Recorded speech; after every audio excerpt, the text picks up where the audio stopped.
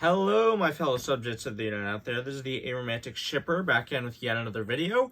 And this time, I am going to be talking about the anime Cyberpunk Edgerunners. And, spoiler warning, by the way. I'll try to hold back, but, I will probably, say quite a few spoilers in this video. But anyway, so some background. Like most people who watched this show, I have not actually played the game. I'm not really a big gamer or anything, but the internet was kind of going crazy, gushing about how good this show was. So, I ended up checking it out. And I gotta say, after being overhyped and let down by other anime in the past, like, Demon Slayer, Evangelion, Cowboy Bebop, that I think are, kind of overrated. This show completely exceeded my expectations because it was so fucking good! Oh my gosh! I loved it! Cyberpunk Edgerunners was amazing. Like, seriously, It's honestly a contender for, like, the best show I've watched all year, in my opinion. It's just so freaking good. I loved it. Anyway, Cyberpunk Edgerunners. It's a show animated by Studio Trigger. And I gotta say, I've never really been, in the past, the biggest fan of, like, some of Trigger's other shows that they made. Like, I don't know. In terms of their art style, it's never been, like, super appealing to me. Like, and their shows, like, I thought, I watched Gurren Lagann, and a lot of people love it. I thought it was just kind of alright. I checked out Kill la Kill when I was a teenager, also for, what I feel like should be obvious reasons, but, I didn't make it past the first 3 episodes of that show. Honestly, I didn't really like it that much. But anyway, but in terms of this show, Studio Trigger absolutely knocked it out of the fucking park. It looks so beautiful. Like, the environments, the character animation, the action, it's all amazing. Like, oh my gosh, this show looks so freaking good. Like, and there's also a lot of, like, other stuff to like about the show too. Like, the show has a fantastic cast of, really great characters that are very diverse, like, not just in terms of race and gender, but also in terms of, like, personality and design. I really like the cast of the show. And, like, the characters, David was obviously a really great protagonist. I really liked him. Lucy was a fantastic leading lady, and also so fucking hot, by the way. Like, seriously, like, there has not been an anime character for a while that has done it to me the way Lucy has, I will say. But yeah, anyway. But again, great character for her, definitely. Not just, like, pretty face or anything. Like, by far the most famous character from Cyberpunk Edgerunners has definitely got to be Rebecca. I mean, like, she was just... She's honestly, like, before watching this show, I saw her, like, plastered everywhere on the internet, way more than, like, Lucy or David was. Like, the internet was fucking obsessed with this, little shit. Like, honestly, like, she just became, an internet sensation, like, and still is, arguably. I still see, like, Rebecca appreciation videos, like, everywhere on the internet. And there was that whole meme, like, the lowly must stay, and, like, but I gotta be honest, like, I know I'm probably gonna trigger a few people with this, but, like, honestly, I didn't really see what the hype was about Rebecca when I was watching the show, because I gotta be honest, I found her a little bit annoying. I know, it's so terrible, but, like, again, what I have to emphasize is that I didn't really like Rebecca that much when she was introduced, but she honestly grew on me a lot, especially in the last 3 episodes, and I ended up really liking her and, appreciating just how much, how much of a loyal and strong friend she was. So yeah, I do like Rebecca, but I didn't really see what everyone was so obsessed with her about in the beginning, but, but anyway, and yeah, the other characters, like, I really like a lot of the other characters too, like, Dorio, Maine, Kiwi, Falco, all great. Really like them. It's just, the show has a really great cast. I really like all of them. Also, Gus Fring fucking played Faraday in this show. How'd they get him to what? Gus Fring in an anime. I never thought I would see the day, but it is glorious. So, yes, that is very, very much appreciated. Also, in addition to him, like, this dub is also really great. Like, it's really fantastic. I would definitely, I think, I don't know, like, this was sort of a joint project between, like, an American company and a Japanese company. So I think, like, I don't know, maybe the, like, animation was done with English voices in mind, but I don't know which dub came first, the Japanese or the English one, but whatever. All I'm saying is the English dub is very good. It has very good voice talent.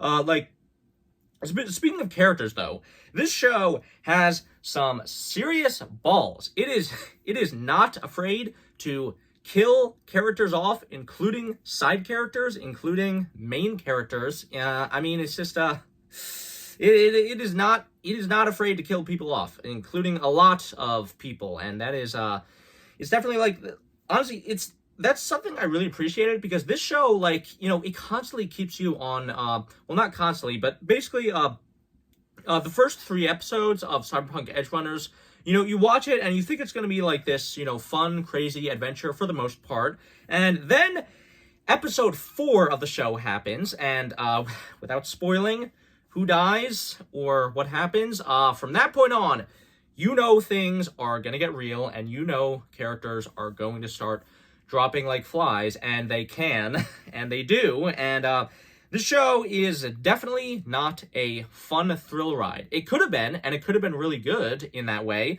but it isn't. It gets so fucking intense, and I was, like, on the edge of my seat during multiple moments in this series. Like, it's really fucking intense in a lot of it, and I just really, you know, it's incredibly gripping in terms of its story and the tension and the risks to the main characters that are constantly throughout the story. It's just like, again, after episode 3, because the first 3 episodes are sort of the setup, and but beyond that point, once you get to episode 4 and beyond, it's just like, it really does sell you on the idea that really any main character can kind of die at any time. And anyway, so the last 2 episodes of Cyberpunk Edgerunners, especially, are amazing. Like, they have incredible action. Like, it perfectly builds up the tension of, you know, David losing himself to his cybernetics as the situation just gets worse and worse and more desperate and more dire. I loved how, you know, the finale ended up bringing things full circle from episode 1 with, you know, David hallucinating about his mother and,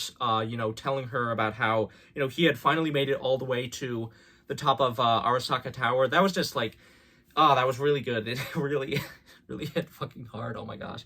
But yeah, yeah, and then as if, like, the finale wasn't already good enough, and, like, everything that had already happened in the series by that point, then Adam Smasher freaking showed up. And, like, again, I haven't played the game. I didn't know anything basically at all about Adam Smasher before watching the show. But then they sort of hype him up a bit in the show and sort of foreshadow that he's, like, this super legend who has the most cybernetics out of anyone. And then, like, I don't think I have ever seen such an incredible introductory scene for a villain. Like, literally, like, Adam Smasher just shows up and starts wrecking fucking everyone. He just kills anyone who gets in his way. He killed, I'm not gonna spoil, but that was definitely a real shock for how suddenly and casually it happens. But, and then, like, And like, here's the thing, because I thought, and a lot of other people probably thought, that basically the big final fight between David and Adam Smasher would be, like, you know, it would have David, you know, sacrificing himself to defeat Adam Smasher, but he doesn't even come fucking close. He can't even land a single scratch on Adam Smasher. He just fucking demolishes him completely and utterly. David didn't stand a chance. Like, and again, you just, because you're conditioned throughout watching, like, so much media that when there's this character who thinks they're, like, super, like, hot shit and the main character can't do anything to defeat them, then the main character somehow finds the strength to ultimately defeat them in the end. But Adam Smasher, he really is that guy. He had a reason for being so incredibly confident because, like, nothing David could do could even hurt him. Like, it's just, and he fucking killed him in the end. Like, what the fuck? Oh my gosh. Oh my gosh, that finale was something, man. Anyway, in terms of other things I really liked about this series, I feel like I'm forgetting something. Oh yeah! The music Why does it hit so fucking hard? Oh my gosh, the music in this show is so good. Oh my gosh, seriously, the music in this show is fantastic. I love it. It's so incredibly good and fitting of the scenes. Like, I've listened to multiple tracks from Cyberpunk Edge Runners, like, on my own time. Like, it's so good. The music is fantastic. So that's great. In terms of, like, a few gripes about this show that I have, I would say that I guess one is that you don't really need to play the game before. Sorry, you don't really need to play the game before watching this show because it sort of stands on its own. But also, I still found myself not really understanding like a few of the concepts and technologies in the show that weren't really given much of an explanation. I mean, like, the show doesn't really hold your hand. It sort of, lets you, figure out stuff on your own, I guess. But I don't know. I was just sort of confused for some parts of it and what was going on, and I didn't really get some of the things that were introduced in it.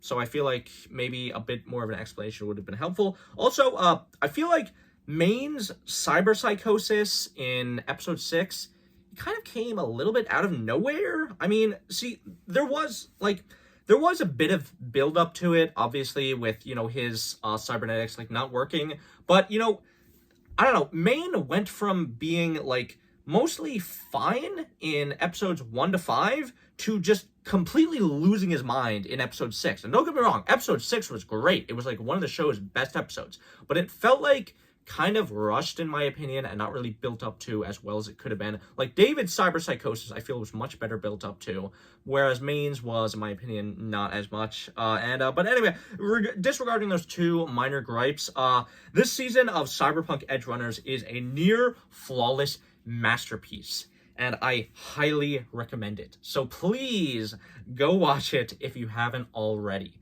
Anyway, that was my thoughts on Cyberpunk Edge Runners. This has been the Aromantic Shipper. Please be sure to like, share, comment, and subscribe. And as always, remember, just because you can't feel loved doesn't mean you shouldn't want other people to. Bye.